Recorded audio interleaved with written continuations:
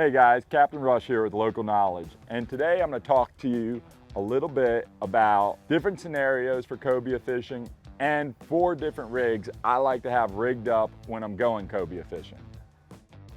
The first scenario is going to be when you pull up to a wreck or a reef, whatever you're doing, and you're just going to set up. You could start fishing for snappers, you could just start fishing for anything on the bottom. That's going to drum up some activity and get the curiosity of these cobias. Oh, big amberjack just ate this. Number 1 rule, when you are bringing a fish up off the bottom, always be looking down to see if there's any cobia following your fish up. I'll just have that rod ready to go, buddy. The rig I like to use for that, this is what we were using the other day, simple dropper loop. I like this because with the tide, I could change the weight. This weight comes off super easy, just slide it off. If I need less weight or I need more weight. Just got my loop right here. Slide it through the sinker.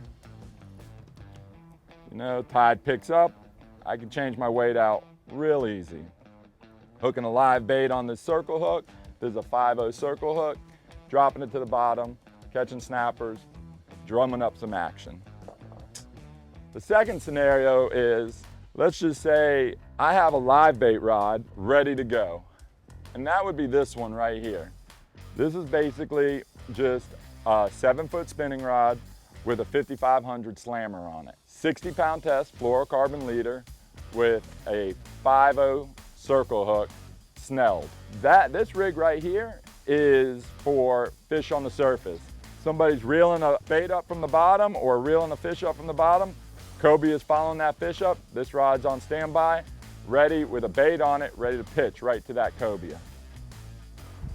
Another rig I like to have ready is this right here. This little diamond jig, something with some weight on it. This could be used for a couple different scenarios. We're pulling up to the wreck, there's cobias on the surface milling around the wreck. I can grab my jig and I can cast to them, working this through the water. This thing, I could throw it a mile. It has really great action, and I've caught a ton of cobia on it. The other great thing about this is you could drop this down deep, jigging it, working it through the water column. The cobias see it, jump all over it. This is very important right here. You know, sometimes these cobia will pop up and they're not always eating everything that hits the water. I like to have a nice big bait here, popper, stick bait, something I could throw far with a big profile. These fish get up on the surface or milling around, they might not be coming close to the boat. You gotta be able to throw this far. Get it in front of them and start working it across the surface. Another rule of thumb is when they're out there, try and lead your fish. That way you have plenty of room in between the boat and the fish to work this bait. So you could either work it faster or slower through the water. Another good rule of thumb is to have all this gear ready to go before you pull up to the spot.